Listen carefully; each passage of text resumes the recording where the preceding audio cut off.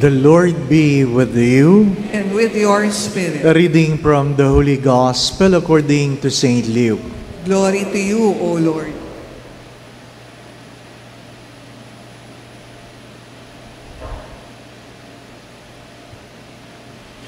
On a certain Sabbath, Jesus went into the synagogue and taught. And there was a man there whose right hand was withered. The scribes and the Pharisees watched him closely to see if he would cure on the Sabbath, so that they might discover a reason to accuse him. But he realized their intentions and said to the man with the withered hand, "Come up and stand before us." And he rose and stood there. Then Jesus said to them, "I asked you, is it lawful to do good on the Sabbath rather than to do evil, to save life rather than to destroy it?"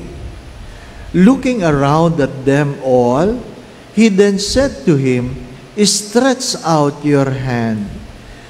He did so, and his hand was restored. But they became enraged and discussed together what they might do to Jesus.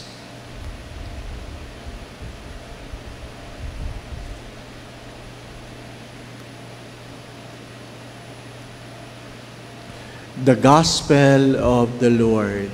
Praise to you, Lord Jesus Christ.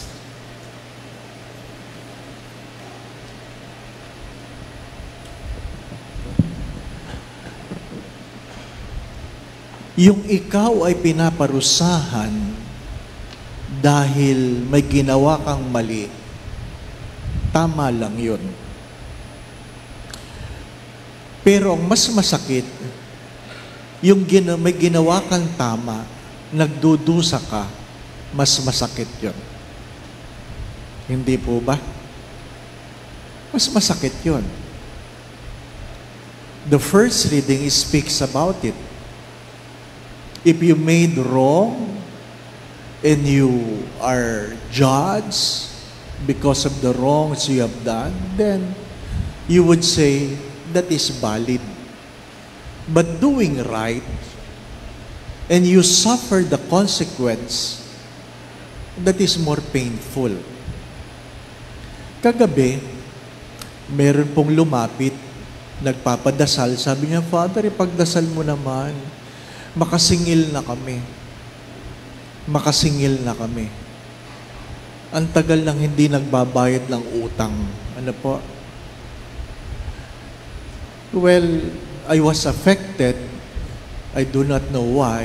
I simply asked who, but I was not able to hear the answer clearly. I simply said, "I will pray for you. I will pray for you." Why I'm sharing this to you? Ang malungkot na kwento ng katotohanan, bakit pag yung nangungutang, ang bait, no? Pero pag sila na yung sisingilin, ang hirap.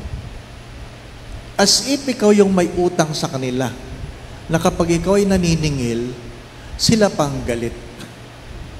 Ang hirap. Maganda ang iyong kalooban, nang ikaw ay nagpautang dahil mayroon kang intensyon na makatulong. Ngayon, ikaw pa ngayon ang humihingi sa Diyos, "Lord, sana magbayad na sila. Sana magbayad na sila." Tama ba yun? Sa tingin ko, yun ang problema. Yung ikaw ay mabuti lang pag linggo, mabuti ka lang pag ikaw ay nagsisimba, pero sa pangkaraniwang araw, ibang yung pagkatao. The discrepancy with regard to our faith. Anong meron sa Ebanghelyo? Kailan ka dapat gumagawa ng mabuti? Paglinggo lang ba? Hindi. Araw-araw. Araw-araw. Kaya nga, nakakalungkot na gumawa ka ng mabuti ng linggo, pinagbabawal sa iyo. At pinagplaplanuhan ka kung ano ang dapat na gawin sa iyo. My dear friends, my brothers and sisters, perhaps it's good to ask ourselves, the one who is giving and the one who receives. Titigil ba ako sa paggawa ng mabuti kung ang ginagawan ko ng mabuti, hindi sinusuklian ng kabutihan ng aking ginagawa? Will I stop doing what is right when the people who receive, the recipient of the rights I've been doing, fail to reciprocate the good things I've done? The answer is no. Many times I've said this, kung ang tao ay mabuti sa iyo, maging mabuti ka. Kung ang tao ay hindi naging mabuti sa iyo, maging mabuti ka pa rin sapagkat iyan ang iyong pagkatao. If people are good to you, be good to them. But if people are bad to you, be good to them because it is who you are. It is who you are.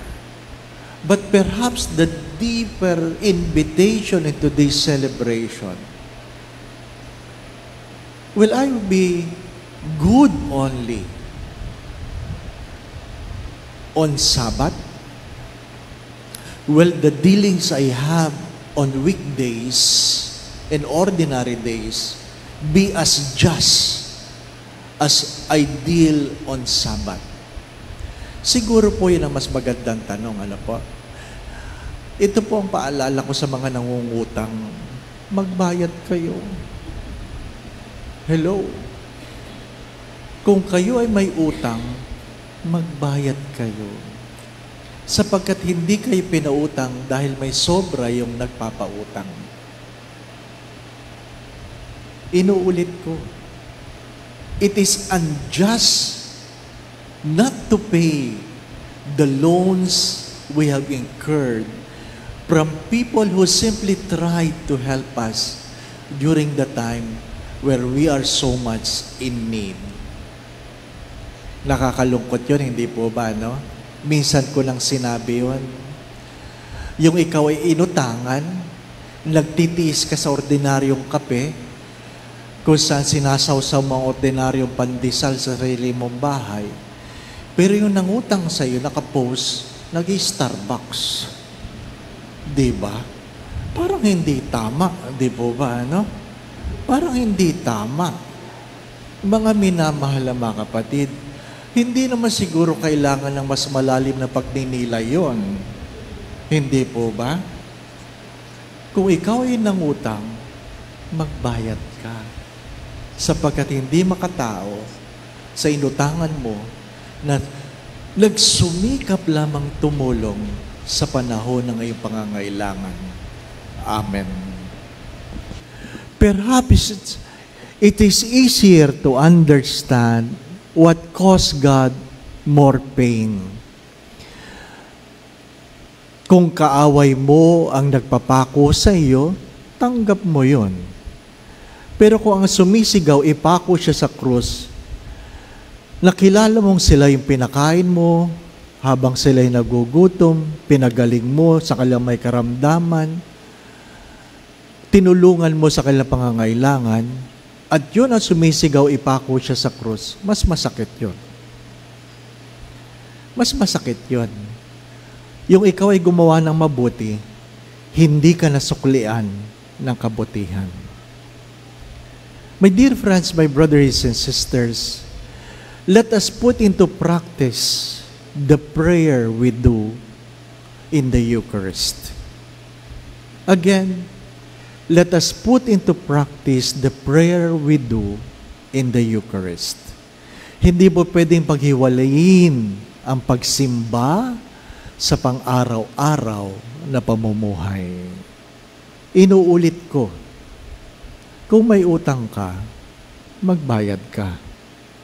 Sapagkat nung pinautang ka, tinulungan ka.